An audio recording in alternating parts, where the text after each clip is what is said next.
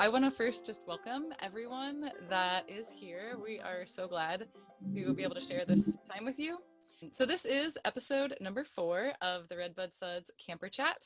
And I am super delighted. This is a space that we've created at Redbud Suds just to have candid conversations with people that inspire us, people and organizations. And Hunt to Eat is who is with us today, Gabby Zaldumbide. She is their community director.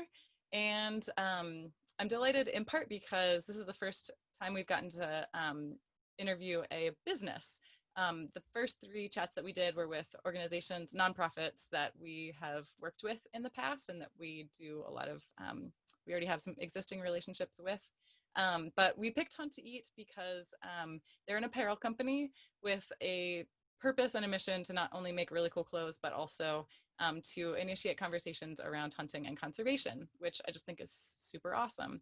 A kind of a new area for me. And I just thought it'd be really interesting to hear from the inside what is, how that actually looks and how that plays out. So we're going to hear how Hunt to Eat is helping to kind of break down some stereotypes and the, conversations around conservation that they have. Just a quick round of introductions. I'm Aubrey from Redbud Suds, founder and chief adventurer, among other things. Amanda on your screen is our kind of office manager, does kind of a little bit of everything. And Gabby is with us from Hunt to Eat. So Gabby, would you mind just giving in your own words a little intro about Hunt to Eat, how you all got started and kind of what you, what you do. Thank you. There you go. Okay. Yeah, so I've only been working at Hunt to Eat since December, and I've been working here full time since about June. So please excuse me if I get, details wrong and things like that. But Hunt to Eat was created back in 2007 by my boss, Mateng Putelis, and his brother, Giannis, who's now over at Meat Eater. But me and Mateng and, a crew of ambassadors and warehouse workers and artists and a whole bunch of other people are here with Hunt to Eat, working on, making awesome t-shirt designs and also trying to do some good work for conservation. So that's kind of us in a nutshell. We are a hunting apparel company. You can head on over to hunttoeat.com and check out things we have available on there. Everything from like podcasts to wild game recipes to blog articles to pretty much anything hunting related, you can find it there. So yeah. Super cool. Awesome.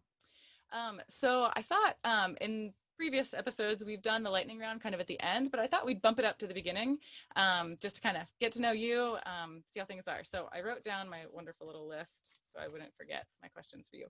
The lightning round. Dun, dun, dun. So what, Gabby, is your favorite place to adventure?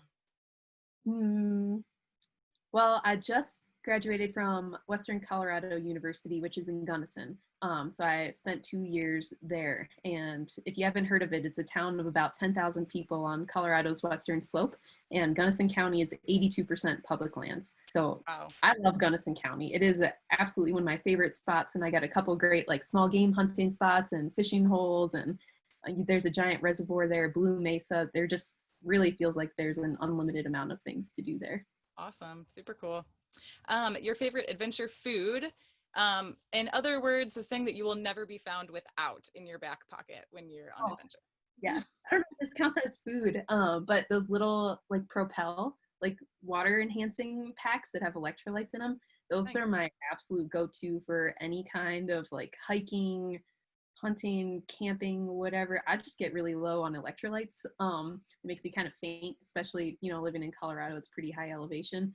So the extra salt and stuff in my liquids is just essential. So I always have just, little packets of Propel floating around in like every single bag that I own. Nice. Favorite book or podcast, or both? Well, both. I love Joe Rogan's podcast, but the Artemis podcast is probably a close second. It's just nice to hear, hunting stories from other women. Yeah, very cool. And that Artemis is a new one for me. I'm actually kind of curious to check it out. I'm learning a lot through interviewing you. I didn't even know there was a podcast for women hunters. So yeah, there totally is. And actually, she's a Hunt to Eat ambassador, Cindy Stites was the most recent guest on their podcast. So that's going live tomorrow, and folks can check that out too. Cool. Awesome. Did you get to say your favorite book? My favorite book, actually right now I'm reading Breeding Sweetgrass by Robin Wall Kimmerer.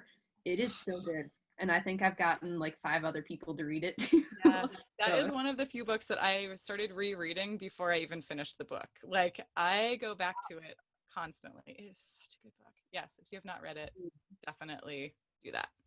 Um, oh, yes. Biggest wish. um, man, I wish my boyfriend shoots a pronghorn this weekend. And It's your still biggest, fine. yeah, that's okay. Biggest fear.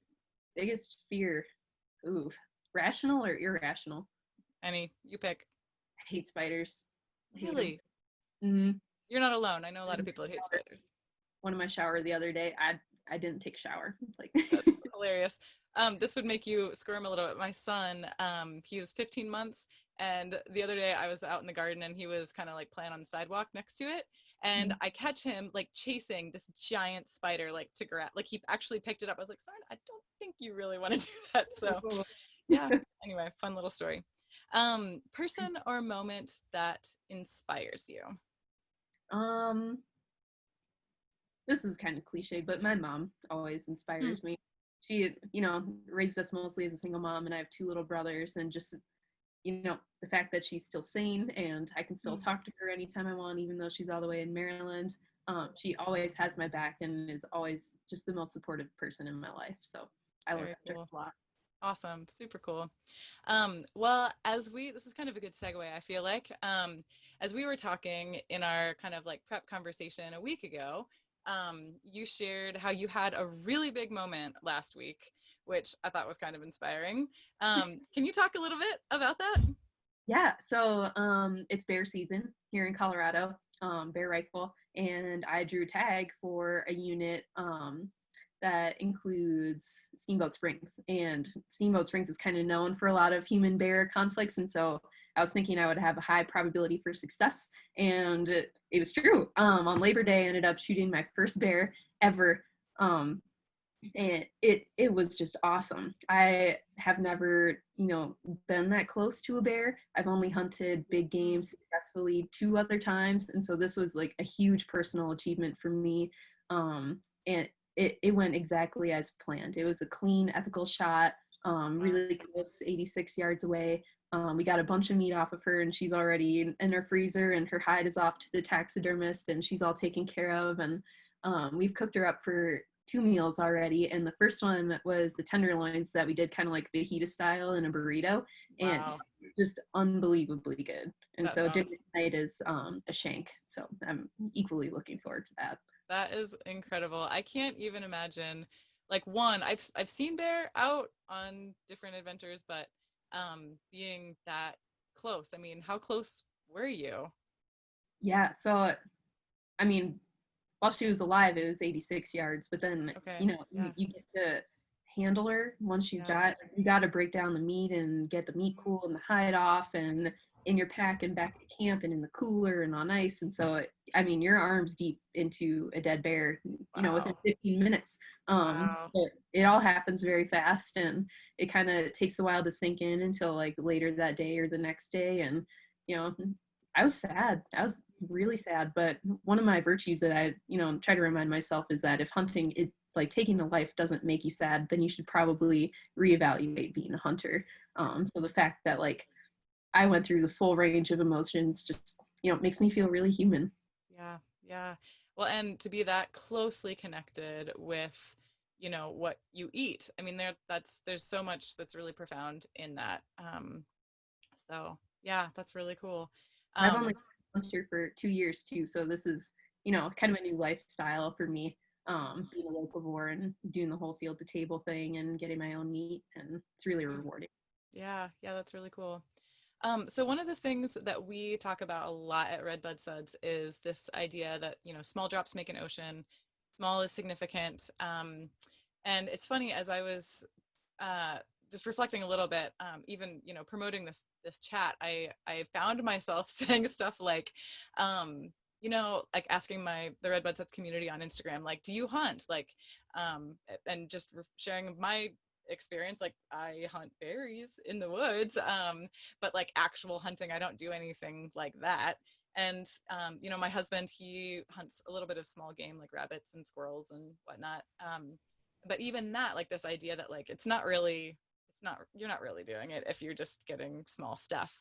Can you just talk a little bit about kind of some of the you know, stereotypes around hunting, and how the work that you do at Hunt to Eat is kind of shifting that a little bit? For sure. So I mean, when you hear the word hunter, I'm sure a lot of things are coming to mind, and there's a lot of stereotypes associated with that, whether it's, you know, trophy hunting or poaching, or the fact that it's a male-dominated landscape, and all of these kinds of things. And you know, some of them are true and some of them are not. And at Hunt to Eat, we really try to uphold the most inclusive values. So I mean, it's in the name, hunting to eat. Like you're not or a trophy, you know, like the whole point of it is to get food for your family, to put on the table, to share with your friends, to practice some venison diplomacy, all of that good stuff. So I think having that very foundation in the name Hunt to Eat really just expounds upon what we're all about. And so we also built on like 3 pillars, so community, real food, and conservation. And so to us, you know, everyone is a part of the hunting community because hunting is a human thing to do. We've been hunters and gatherers for, you know, pretty much since we've evolved on this planet, and it only makes sense that it continues to be like that, at least in my mind. And that kind of builds out like the whole community aspect. And then real food, I already pretty much talked about, is just that whole field to table concept. Yeah, and then conservation. So we do give money back to conservation on like some t-shirt sales and things like that, but we also, you know, support boots on the ground, actions and cleanups and things like that. Like this weekend I'm going to go out and build a like a pronghorn like safe fence crossing on some rancher's property, and you know, be able to talk about Hunt to Eat while I do that. And yeah, all kinds of good stuff. So Super we cool. try to put, you know, our money where our mouth is when it comes to those 3 things. Yeah, yeah. Well, and actually, one of the things that drew me to Hunt to Eat was that I saw you have a collaboration with Sportsman for the Boundary Waters, which, you know, everyone who's watching who knows Red Bud Suds knows that we've done a lot of work with the Boundary Waters, and some of those nonprofit collaborations can be really, really rewarding. Yeah. And also when you see like actual money, I mean, going to an organization that you really care about and that's doing a lot of really good work, it means so much. And that's one of the really cool opportunities we have as businesses, I feel like, is that we can create awareness and, you know, raise some money, which is pretty cool. Yeah, totally. My boss even kind of jokes sometimes that sometimes people ask him if we're a nonprofit, and we're like, no, we're a for-profit company. Like we sell Yes. t-shirts and stuff. We just Yes. act like a nonprofit in that we like Yep. doing a lot of stuff for conservation too. Yep. So Totally. Totally. Um, well, I think another one of the things that I am just really curious about, is, you know, as a woman who hunts, you know, you've mentioned a little bit about what the hunting community is like. I'm curious, um, I mean, it's always fun as a female when you do things that a lot of females aren't necessarily known to do, when you can do it with other women. And I'm just curious about that community for you. Like, is the community that Hunt to Eat has found or creates, or that you even individually as a hunter, is that something that's like mostly online that you connect with people around, or, you know, have you been able to find people to hunt with? Like, what does that actual community look like? yeah, so for me personally, my, you know, little women's hunting community is mostly online. And that's kind of a result of like me being a super new hunter, and no one in my family hunts, like none of my old friends, you know, prior to me moving to Colorado and taking up hunts. So it's been kind of just me on my own, putting my feelers out and joining communities like Backcountry Hunters and Anglers and Artemis, and, you know, following them on Facebook and Instagram. And it's a lot of social media, but it's where I get a lot of my inspiration, because I can't, you know, talk to these people all the time all across the country. That being said, there are people in my neck of the woods, like another Hunt to Eat ambassador, Lauren Jebker. She also does stuff with BHA with me in like the Fort Collins region. And so we met through that, and now she's a friend, and a friend who hunts, and which is pretty Cool. awesome. So I hope someday that it, you know, grows a little bit more, and not that hunting women aren't socially accepted or anything like that, but it does become like this more open thing where people aren't afraid to identify as a hunter. And it just becomes easier to build those connections. Yeah. And one thing, just as a nod to you, when we were, talking a little bit, I noticed myself even making a comment. I mentioned it before, like, oh, well, I just, hunt berries, or my husband just hunts these like little animal, like it's not like we don't do like big animal hunting. And Yeah. your response was very much like, that's totally legitimate. So I think just in interacting with you and getting that sense of warmth versus a sense of competition has Yes. been helpful. Yeah.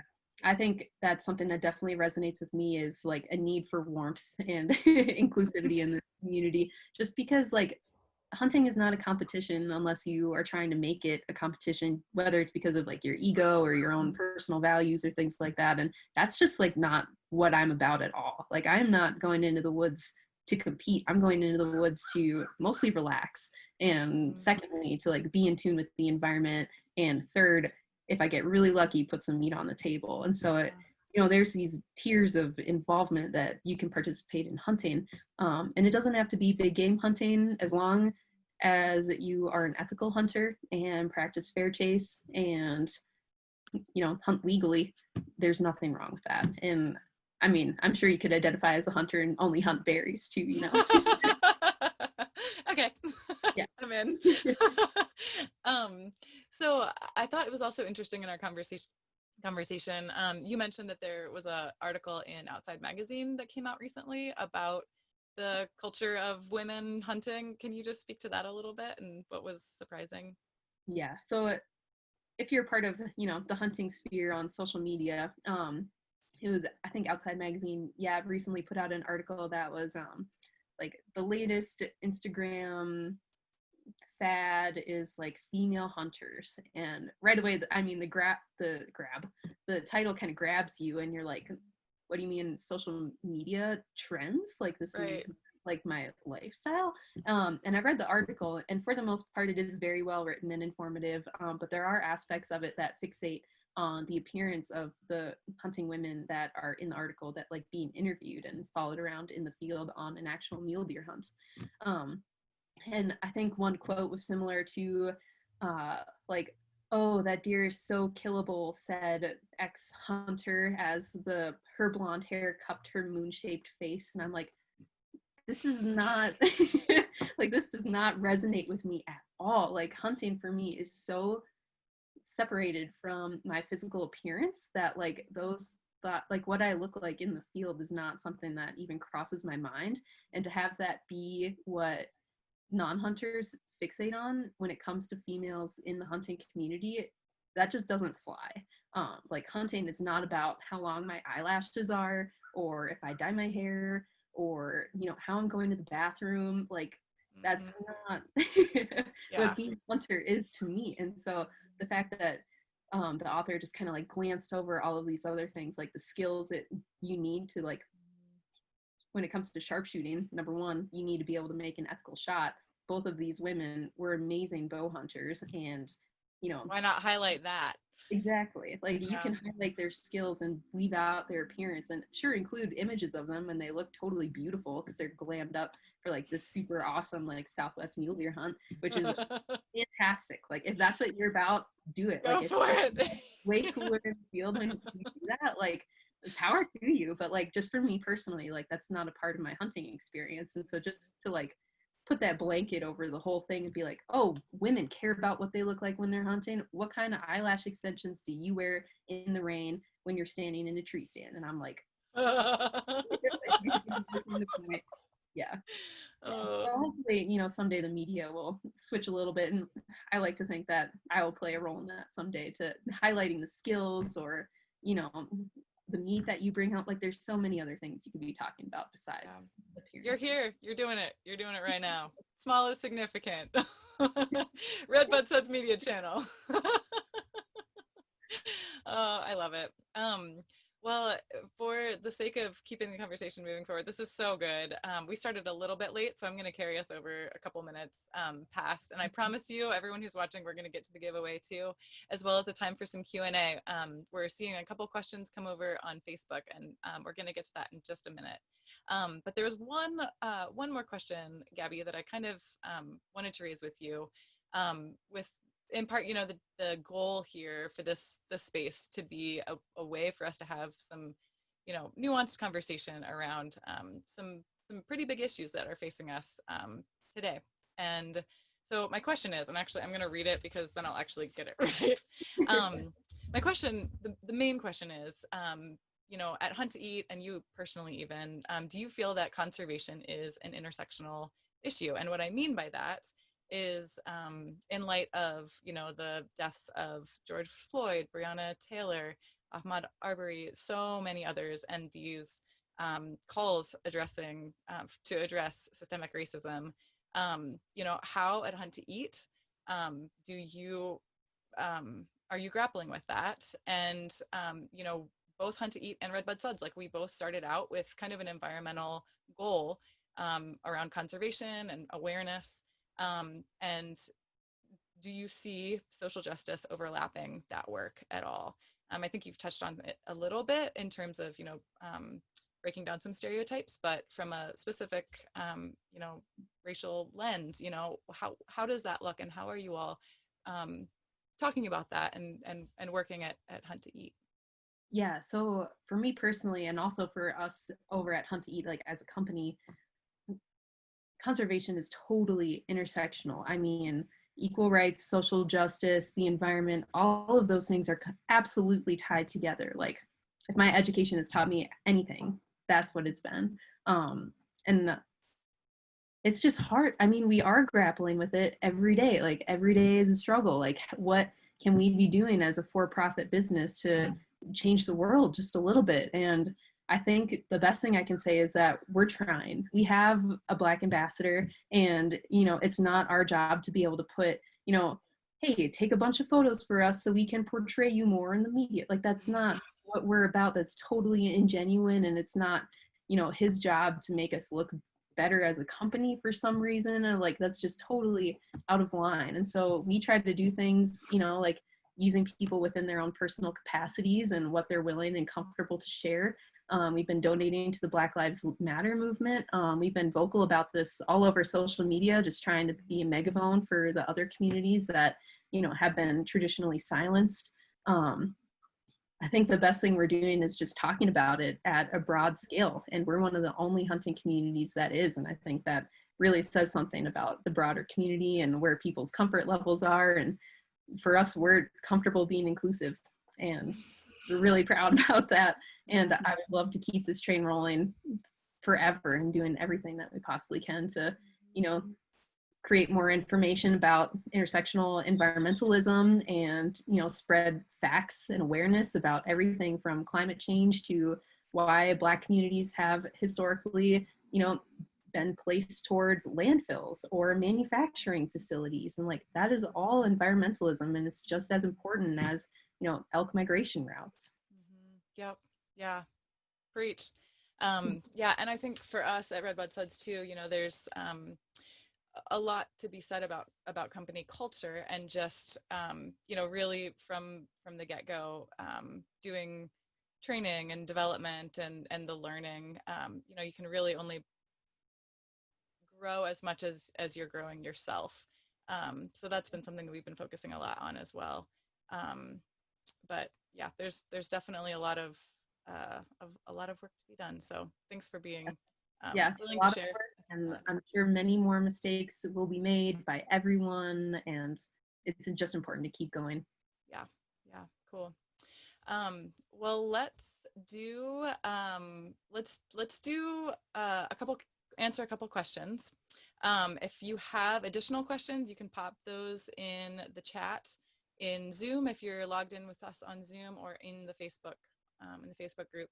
The first question was from Liz Hand, asking about fair chase. What does fair chase actually mean? Yeah, so fair chase is just basically ethical hunting. So it means that you're not more likely to kill the animal than the animal is to get away from you, basically. And so archery is kind of like one of the most fair forms of hunting that most people talk about, just because it's really hard to shoot a big game animal with a bow and arrow. I mean, you got to be like 25 yards away from this giant angry elk, and that is hard work. And so there is a very high likelihood that that animal is going to smell you or hear you or see you and run away, maybe even sometimes before you even know that animal is there. And so that's kind of like what the heart of fair chase is that you don't want to have a disproportionate, I guess, like chance of, you know, killing another life or taking another life than the animal would have to continue living. So just like finding that balance between like, you know, taking advantage of a situation. Like I guess an example of a less fair chase would be maybe like some kind of high fence situation where, I mean, they're totally legal and valid ways of hunting, but some people could argue that it's less just because the animal has less space to escape to. But that's, you know, kind of the only other example of like a negative fair chase that could actually happen that I could see. So I hope that answers the question. Yeah. There were a couple of terms you threw around that I was like, ooh, that's interesting. I think I know what you mean. Oh yeah, I'm sure there's some jargon in there. Just feel free to ask. Yeah, no, it was good. It made me curious to learn more and spend more time with, you know, people like yourself. Okay, well, I don't see any other questions that are popping up right now, so let's jump to the giveaway. We did a giveaway on Instagram, which people had the option to participate in. We're going to do one there, and then we're also going to do, as a thank you, or we're going to announce the winner for the Instagram giveaway now, as well as do another giveaway for those who have actually showed up live and in person with us here in Zoom, where you don't really have a way to see who's here on Facebook. It's just occurring to me. But that's okay. So Zoom folks, thanks for joining us here. Amanda, I'm going to bring you back. And those of you who didn't see Amanda at the very beginning, she is our Redbud Suds customer service and office assistant extraordinaire. She is absolutely incredible, probably the nicest person I know. I'm gonna make her blush. Amanda's great. All right, Amanda, do you have, she's gonna draw a number and then we're gonna count that of the Zoom participants. Are you ready? Okay, for the Zoom. Oh wait, do the Instagram giveaway first. Okay. We selected this at random earlier today. Just trust us. I promise you, we did it randomly. Sierra Garrison. Sierra, what was the last name? Garrison. Garrison. Awesome. Oh, and just so you know, the giveaway is a Redbud Suds Shufa and Shower Bar 4-in-1 bar pack. You get to pick which scent you want, which I will say for hunters, I would recommend the Simply Scent Free. So you're not carrying any of your smells out into the back country. Okay, so congratulations to that person. I already forgot her name. Sierra Garrison. Sierra Garrison, thank you very much. And for the Zoom. Okay, let me see. It is Todd Waters. Todd Waters. Thanks for being here. Congratulations.